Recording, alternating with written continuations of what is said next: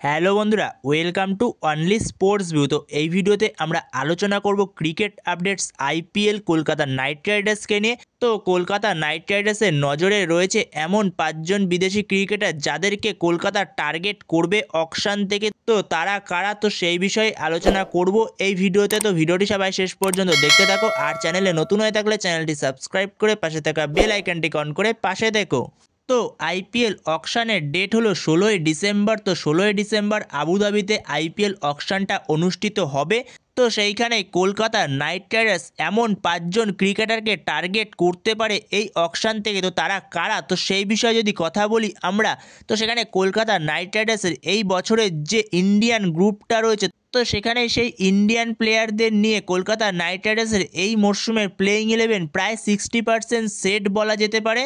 এছাড়া যেখানে কেকেআর মাত্র 2জন বিদেশিকে রিটেন করেছিল, যেখানে একজন হলো সুনীল নারায়ণ, আরেকজন হলো রবমান পাওয়েল। তো এই দুই বিদেশিকে রিটেন করেছে কলকাতা, তাছাড়া প্রত্যেকটি বিদেশিকেই ছেড়ে দিয়েছে। তো সেখানে কলকাতার এই টিমটার মধ্যে বেশ কিছু প্লেয়ার দরকার রয়েছে, যেখানে ফার্স্ট কেকেআরের দরকার একজন ওপেনার, যে কিনা সুনীল নারায়ণের সঙ্গে ভালো ওপেন করতে পারবে, সেরকম একজন ওপেনার দরকার, বিধ্বংসী ওপেনার। এর পাশাপাশি একজন উইকেট কিপার দরকার কলকাতার এই টিমটার মধ্যে। এছাড়াও রাসেলের যে অভাব পূরণ করার জন্য একজন ফিনিশার দরকার, প্রপার ফিনিশার, এবং এর পাশাপাশি আরও একজন বিদেশি ফাস্ট বোলার দরকার। তো এইগুলো সব মিটে গেলে কলকাতা নাইট রাইডার্সের টিমটা এই মরশুমে দারুণ একটা টিম হবে। তো সেখানে সেই 5 ক্রিকেটার কারা, কাদের টার্গেট করতে পারে কলকাতা, তো সেখানে যদি সেই বিষয়ে আমরা আলোচনা করি, তো সেখানে সবার ফার্স্টে যে নামটা আসবে লিস্টে, তো সেটা হলো আর কেউ নয়, ক্যামেরুন গ্রিন। তো ক্যামেরুন গ্রিন এই মরশুমে আইপিএল অকশনে একটা হট টপিক হতে যাচ্ছে, এই ব্যাপারে কোনো সন্দেহ নেই। ক্যামেরুন গ্রিনের দামটা অনেকই যাবে এই মরশুমে, যেখানে শুধুমাত্র কেকেআর না, কেকেআরের পাশাপাশি সিএসকে এরাও টার্গেট করবে ক্যামেরুন গ্রিনকে। তো ক্যামেরুন গ্রিন এই মরশুমে একটা ভালো দাম যাবে, তো এটা বলা যেতেই পারে মিনি অকশনে, যেখানে ক্যামেরুন গ্রিনের মধ্যে যথেষ্ট ভালো পোটেনশিয়াল রয়েছে, যেখানে সে একজন প্রপার ফিনিশার, ব্যাট হাতে যেরকম সে ফিনিশ করতে পারে ম্যাচ, এবং সেরকম বলটাও সে যথেষ্ট ভালো করতে পারে। তো সেখানে কলকাতার জন্য ফার্স্ট চয়েস হতে যাচ্ছে ক্যামেরুন গ্রিন এই অকশনে।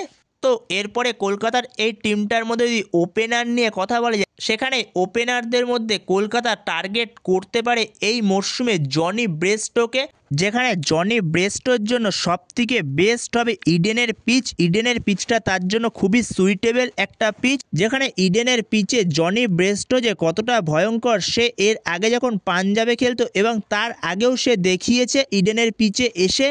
তো সেখানে কলকাতার জন্য দারুণ একটা অপশান হবে এই জনি ব্রেস্টো, যেখানে জনি ব্রেস্টোর সঙ্গে সুনীল নারায়ণের ওপেনিং জুটিটা দারুণ হবে, যেখানে দুজনই বিধ্বংসী ওপেনার, দুজনই ব্যাট চালিয়ে খেলতে পারে, কি করে পাওয়ার প্লেটাকে ইউজ করতে হয় সেটা তারা জানে।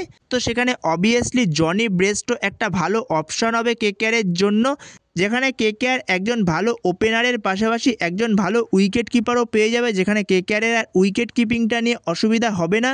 তো এর পাশাপাশি কলকাতা আরও একজনকে টার্গেট করতে পারে, নিউজিল্যান্ডের ওপেনার ফিন অ্যালেন।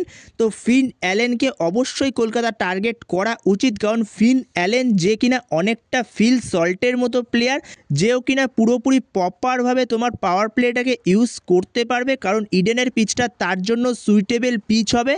তো ইডেনের পিচে দারুণ রূপ নিতে পারে এই ফিন অ্যালেন, যে কিনা পুরো সময়টাই ব্যাট চালিয়ে খেলে, তার যতক্ষণ ব্যাট চলবে তো তার ব্যাট থেকে রান আসবে। তো ফিন অ্যালেন এই নিউজিল্যান্ডের ওপেনার, তো দুরন্ত ফর্মেও রয়েছে সে।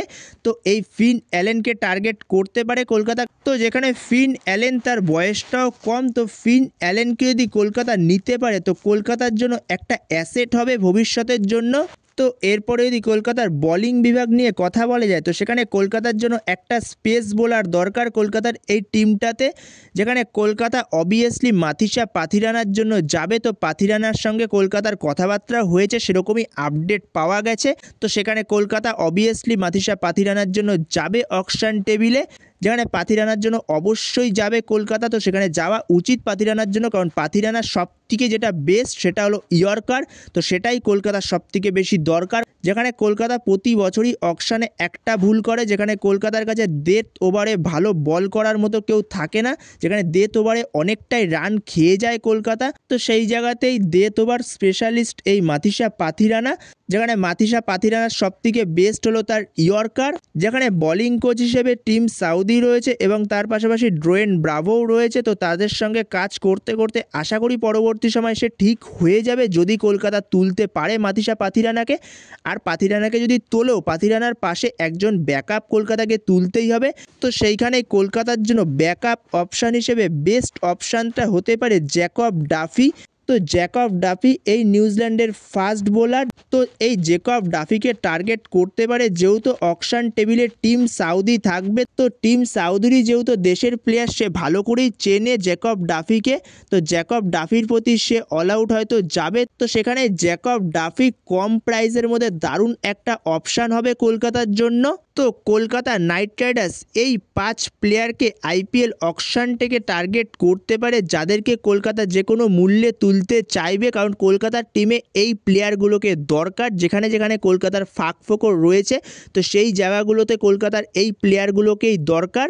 তো বন্ধুরা, তোমাদের কি মনে হয় কেকেআর এদেরকে নিলে কেকেআরের টিমটা কেমন হবে? তো তোমাদের এ বিষয়ে মতামত অবশ্যই কমেন্ট বক্সে জানিও।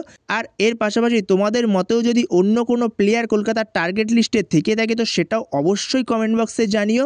তো এই ভিডিওতে এই পর্যন্তই। তো এই ভিডিওতে এই আপডেটগুলো নিয়ে আলোচনা করার ছিল। তো ভিডিওটি ভালো লাগলে অবশ্যই লাইক, শেয়ার, সাবস্ক্রাইব করতে ভুলো না। তো নেক্সট ভিডিওতে দেখা হচ্ছে, ততক্ষণের জন্য বাই বাই।